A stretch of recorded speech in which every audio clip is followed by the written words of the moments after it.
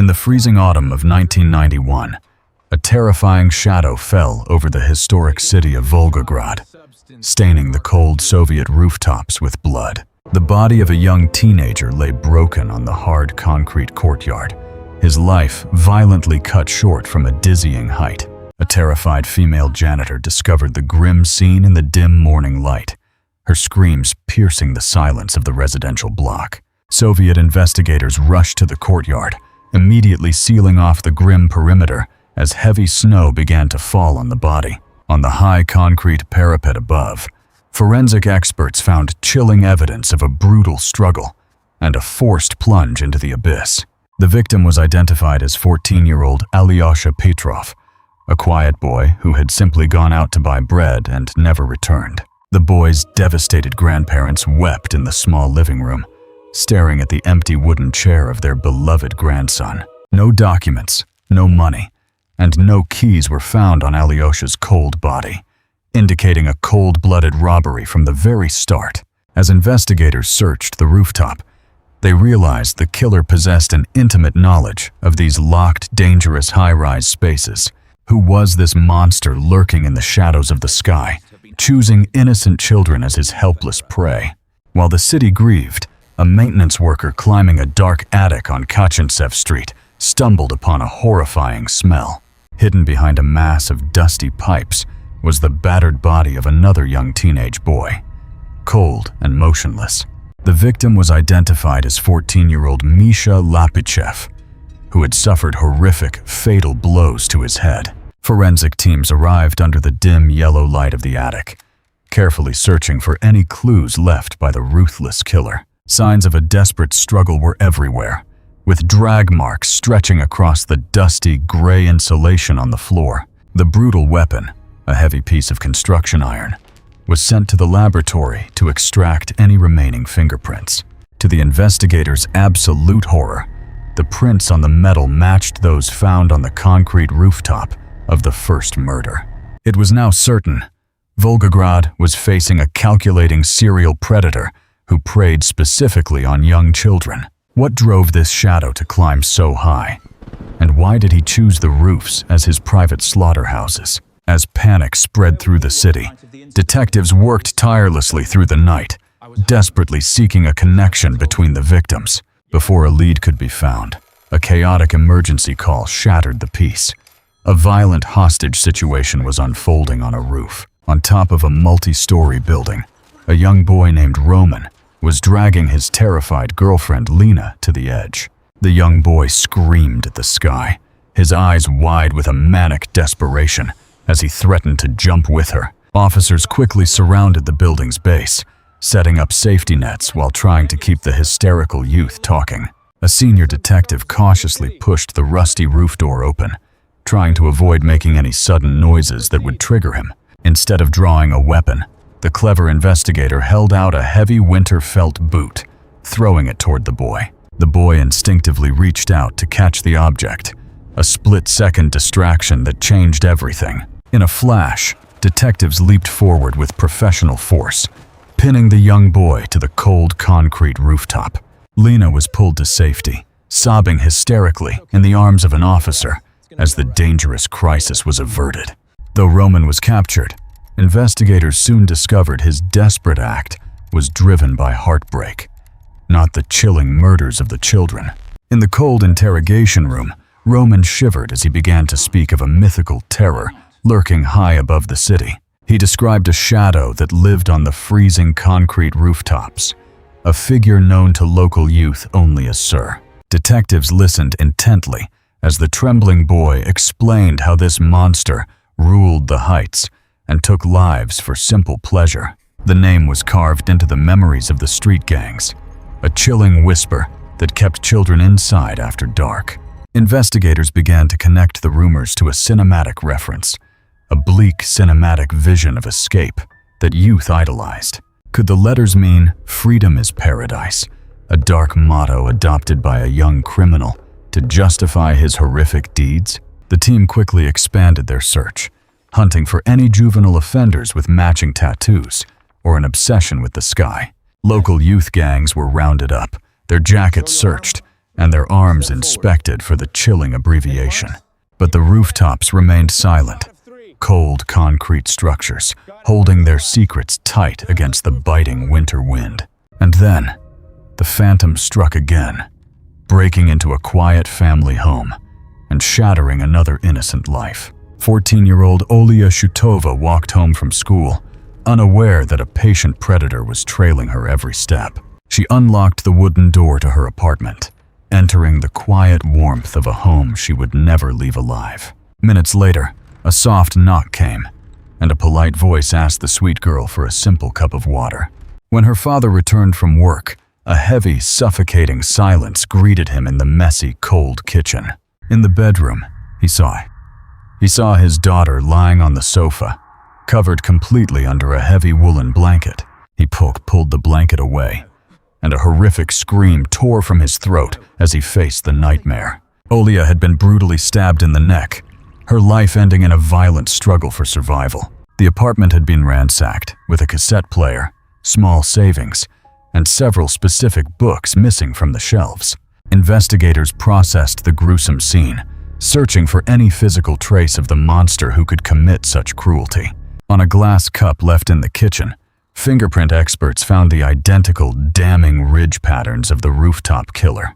The beast was no longer just a shadow on the roofs. He had entered the homes of his prey.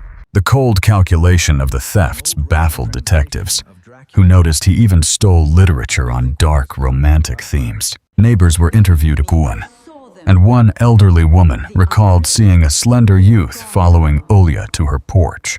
The description was vague, but it painted a picture of a young, agile predator who could easily blend with school children. And then, a breakthrough arrived when a terrified mother brought her traumatized, beaten son to the station. The boy, Vitaly, was shivering, his bare feet covered in frozen dirt as he struggled to speak. Under the gentle guidance of the investigator, the child revealed the horrific details of his encounter on the high rooftop. He told them how a strange older boy had accused him of theft, dragging him up to the concrete ledge. The predator had stripped him of his winter clothes, laughing as he threatened to drop him into the freezing abyss below. Vitaly had surrendered everything and fled in terror, becoming the first living witness to survive the monster's high-altitude torture. Equipped with Vitaly's terrifying testimony, detectives returned to the desolate high-rise complex on Kachentsev Street, looking for the phantom's lair. They focused their attention on the massive, interconnected attic spaces, a labyrinth of dark metal pipes and freezing concrete floors. A senior officer carefully examined a heavy padlocked door leading to a separate, abandoned utility room in the corner. With a sudden metallic snap, the lock was cut, opening a dark threshold that had remained sealed for years. The beam of the flashlight swept across the floor, illuminating frozen footprints that did not belong to any maintenance worker. In the center of the dark utility room stood a massive, heavily rusted Soviet refrigerator, abandoned and silent. A detective stepped forward, his heart racing as he began to untwist the wire securing the dirty metal handle. He pulled the door open, and a chilling, suffocating wave of rot instantly filled the freezing attic air. Stuffed inside the dirty compartment was the partially decomposed body of a young boy, hidden away like trash. Forensic experts carefully documented the grim discovery, realizing the victim had been dead for several cold months. The body was identified through a complex forensic comparison as 11-year-old Misha Ilyin, missing since the past summer. Misha had left his home to buy a puppy at the Central Market, but fell into the trap of the attic monster. The clever predator had lured the trusting child with promises of a dog, leading him directly to his death. In the dark attic, the helpless boy was brutally strangled, his small savings stolen before he was locked away. The level of cruelty shocked even the most hardened investigators, who now faced a serial killer with no soul. To make matters worse, members of local youth gangs began to talk about the terrifying claims made by their leader. He had boasted of his body in the refrigerator, threatening to turn the child's skull into a twisted ashtray.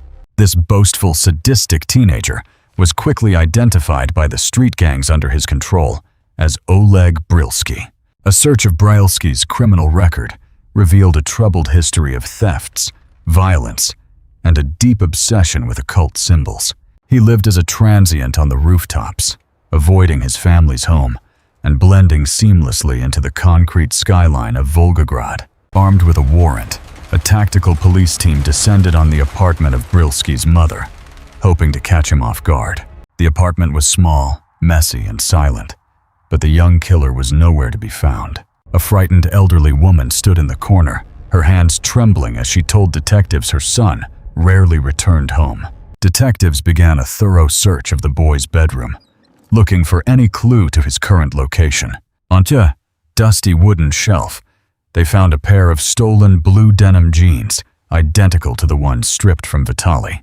Hidden under a mattress was a small cassette player and a stack of cash, items taken from Olia Shutova's home.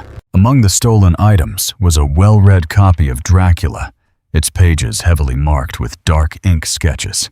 They also discovered a handmade journal filled with disturbing newspaper clippings about notorious killers and horrific occult rituals. Brylski had painted a dark world for himself, modeling his identity after legendary monsters who ruled through absolute terror. With the evidence secured, investigators realized they had to catch Brylski before he could strike another helpless child. With every exit in the city heavily monitored, detectives focused their attention on the upcoming birthday of Brylski's estranged biological father.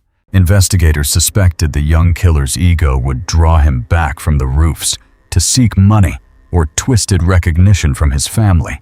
A secret surveillance team was deployed around the father's gray apartment block, freezing in the shadows as the bitter wind began to howl. For 2 long, silent nights, the undercover officers watched the concrete stairs, their eyes scanning every young stranger in the heavy snow. Then, on the freezing evening of the birthday, a slender silhouette in a long, dark coat slowly approached the concrete entrance stairwell. The suspect looked around nervously, pulling his wool collar high to hide his features from any potential watchers in the dark. Recognizing the dirty winter boots from Vitaly's description, the lead detective silently signaled his men to move in for the capture. Before Brylski could grasp the cold metal door handle, several undercover officers bolted from the shadows, completely blocking his escape. The young monster fought like a trapped beast, kicking and thrashing wildly against the cold concrete as they forced him down. A metallic click echoed in the winter wind, and Oleg Brylski was finally restrained, his reign of terror on high ending. Inside the bleak interrogation room, Brylski sat under the buzzing tube light, his featureless head tilted in a cold, mocking defiance. The young killer immediately began to weave a complex web of lies, claiming a mysterious accomplice had committed the actual murders. He invented a fictional partner, describing in detail how this non-existent figure had forced him to watch the children plunge. But the experienced investigators were prepared, slowly sliding the physical evidence of his crimes across the table. One by one, they presented the stolen cassette player, the books, and the matching fingerprint charts from the victim's quiet home to his face. Brylski's posture deflated slightly as the weight of the physical evidence crushed his fabricated stories, exposing his direct hand in the murders. Realizing his lies were useless, the youth suddenly changed his defense, claiming that dark, ancient voices had commanded his actions. He spoke of demons in his mind, attempting to feign a deep madness to escape the ultimate wrath of Soviet justice. To verify his mental state, the state ordered a rigorous psychiatric evaluation at the prestigious Serbsky Institute in Moscow. For weeks, top forensic psychologists observed the young predator, looking past his wild theatrical claims to find the chilling truth. The psychiatric experts reached a unanimous, terrifying conclusion. Oleg Brylski was fully sane, possessing absolute clarity during each horrific crime. His madness was a calculated act, a desperate shield designed to avoid the harsh punishment he knew was coming for his deeds. The doctors revealed that at age 11, Brylski had survived a severe case of thyroid cancer, a battle he won. But instead of cherishing the life he was given, the young monster developed a sadistic obsession with controlling the lives of others. He targeted children younger and weaker than himself, utilizing his charm and size to drag them into his vertical slaughterhouses. The prosecution prepared a massive, airtight case against the 17-year-old predator, charging him with 4 counts of brutal first-degree murder. Under Soviet law of 1991, the maximum penalty for a juvenile offender was strictly capped at 10 years of imprisonment. Despite his horrific crimes, the law of the state prevented the court from handing down the ultimate sentence of execution. Brylski was sentenced to 10 years in a high-security youth labor colony, his dark eyes showing no remorse for his victims. The trial ended, but the deep, painful scars left on the families of the innocent children would remain for eternity. The heavy iron gates of the juvenile labor colony slammed shut behind Oleg Brylski, sealing him away from the world he terrorized. For 10 long years, the attic monster labored in silence, his dangerous mind hidden behind a mask of cold, quiet obedience. Soviet authorities kept a close eye on his behavior, yet his files recorded no infractions, no emotional outbursts, only chilling silence. In the dark corners of the barracks, he stared at the ceiling, his hands tracing the crude tattoos on his white skin. When the day of his release finally arrived in the early autumn, Brylski stepped out into a completely transformed post-Soviet world. The old regime had collapsed, and the streets of Volgograd were now ruled by new, ruthless criminal syndicates and chaotic violence. Brylski returned to his mother's apartment, but his cold presence made the fragile elderly woman shake with a deep, unspoken fear. Within a week, the silent predator packed his minimal belongings and vanished from the city, leaving no address or trace behind. Rumors whispered that he fled deep into the vast, freezing regions of Siberia, seeking new heights where no one knew his name. Investigators closed his file, but the dark legend of S.E.R. remained carved forever into the concrete rooftops of Volgograd. For Vitaly, the young boy who escaped the edge, the terror of that freezing afternoon on the roof never truly ended. Every cold draft through the window felt like the icy grip of the monster, dragging him back to the empty sky. The child's mother spent long, sleepless nights watching her son shiver in his sleep, powerless to heal his shattered mind. In the streets below, other children walked in groups, their laughter muffled by the heavy, lingering fear of the dark roofs. Local housing authorities rushed to secure every attic hatch, sealing the vertical paths that Brylski once used as his hunting grounds. Heavy iron padlocks and welded bars became a common sight on the top floors of every high-rise in Volgograd. Yet the physical barriers could not block the chilling memories that haunted the parents of the 4 innocent victims. They had trusted the safety of their quiet neighborhood, only to realize the wolf lived right above their heads, waiting. The silence of the high concrete ledges was now a heavy monument to the fragile lives taken by the young monster. As investigators reviewed the final details, the psychological profile of Oleg Brylski revealed an even deeper, more disturbing truth. The diagnostic reports from the Serbsky Institute detailed how Brylski's early survival of cancer created a twisted sense of absolute superiority. He believed that because he had conquered death at age 11, he had earned the supreme right to decide who lived. This psychological delusion of grandeur drove him to seek heights, where he could look down at the world like a dark god. His choose of victims was deliberate. Younger boys could be easily controlled and manipulated by his dominant, sadistic personality. The investigators noted his detailed journals showed no empathy, only a deep mechanical cataloging of human suffering and terror. He carefully studied the fear in his victims' eyes, feeding off their desperate cries before delivering the final, fatal plunge. Even during his trial, he remained a detached observer, showing more interest in the media coverage than his own dark fate.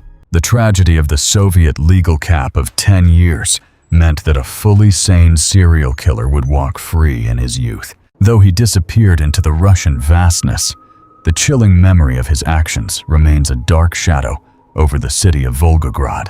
We must remember the names of Alyosha, Misha, Olya, and Misha Ilyin, whose lives were brutally cut short in the dark heights. Deep within the freezing forests of Siberia, a solitary train slowly cut through the endless white landscape, carrying a nameless passenger. In the dim, shaking passenger carriage, Oleg Brylski stared blankly out the frosted glass window, his featureless head casting a long shadow. He arrived at a small, decaying industrial settlement, a gray concrete town swallowed by the harsh, freezing Siberian winter. Brylski found shelter in a dark, damp basement apartment of a brutalist block, hiding himself away from any local authorities.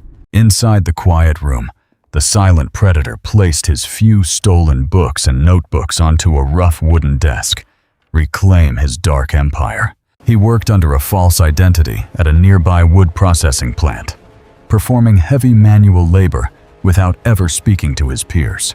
His co-workers kept their distance, unsettled by the cold, silent youth who lived completely isolated in the dark basement. But as the Siberian nights grew longer and darker, the old monstrous urges began to twist within Brylski's quiet mind. His gaze turned once again to the high, rusty structures of the industrial complex, looking for a familiar vertical landscape.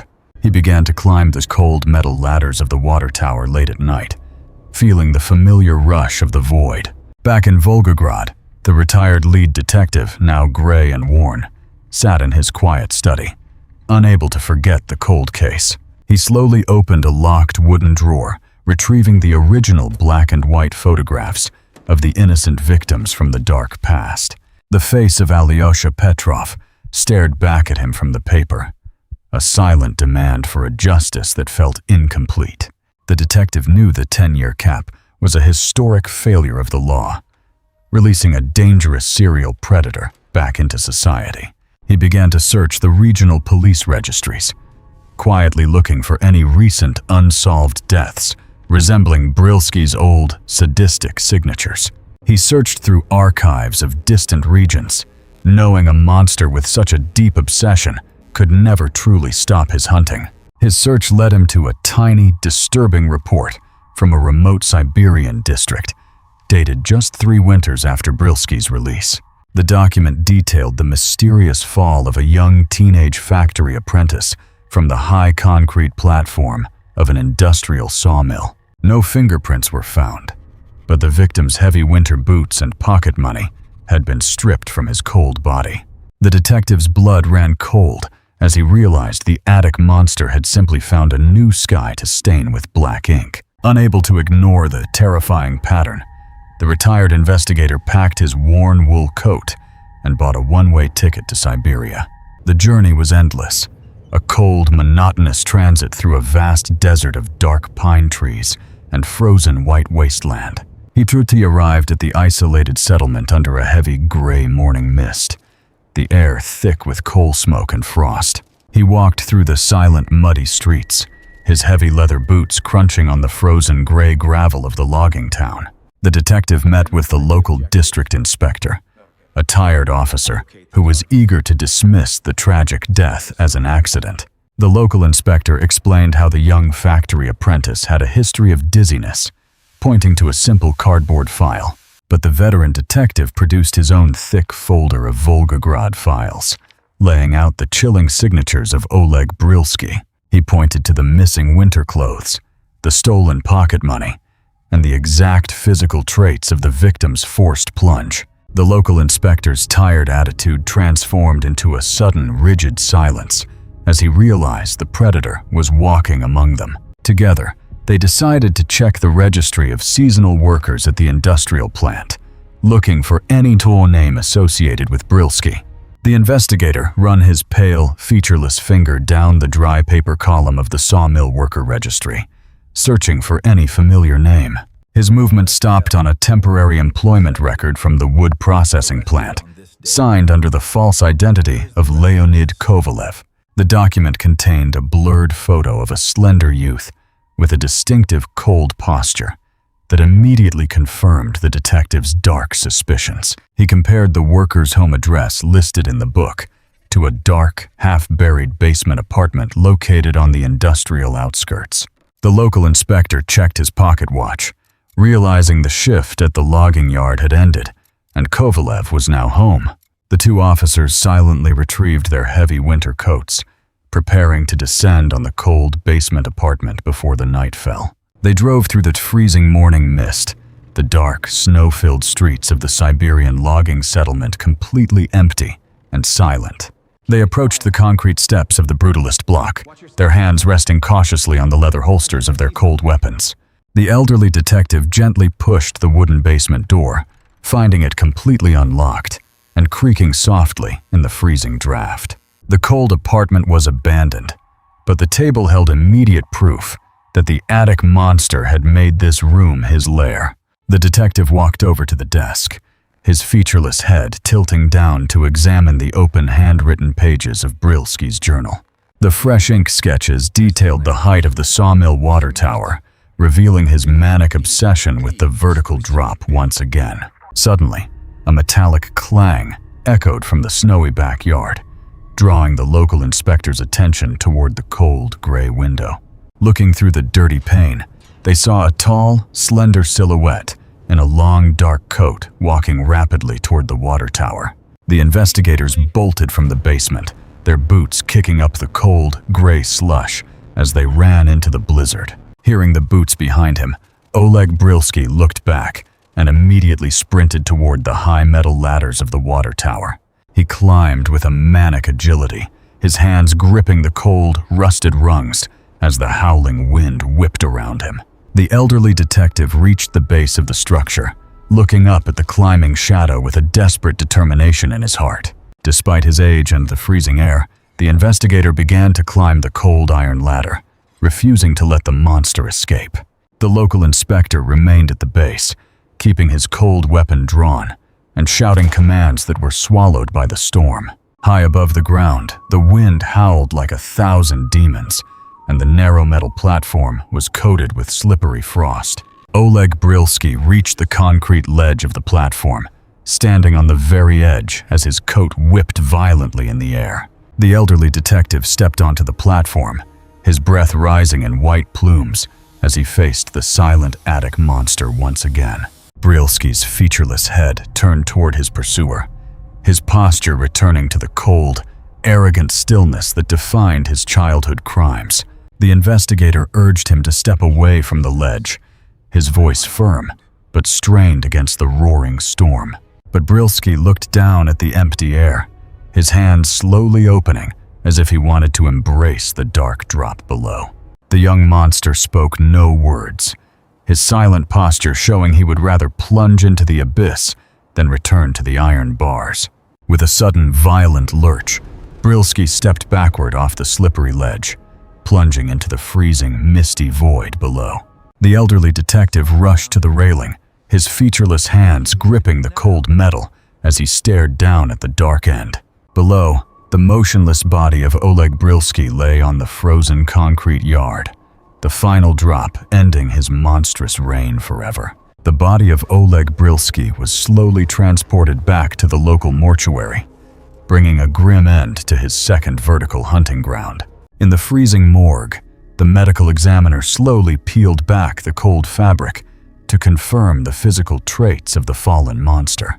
On his cold, white arm, the crude ink of the S.E.R. tattoo remained perfectly preserved, confirming his true, dark identity. The local inspector signed the final certificate of death, closing the active file of Leonid Kovalev with a heavy metal stamp.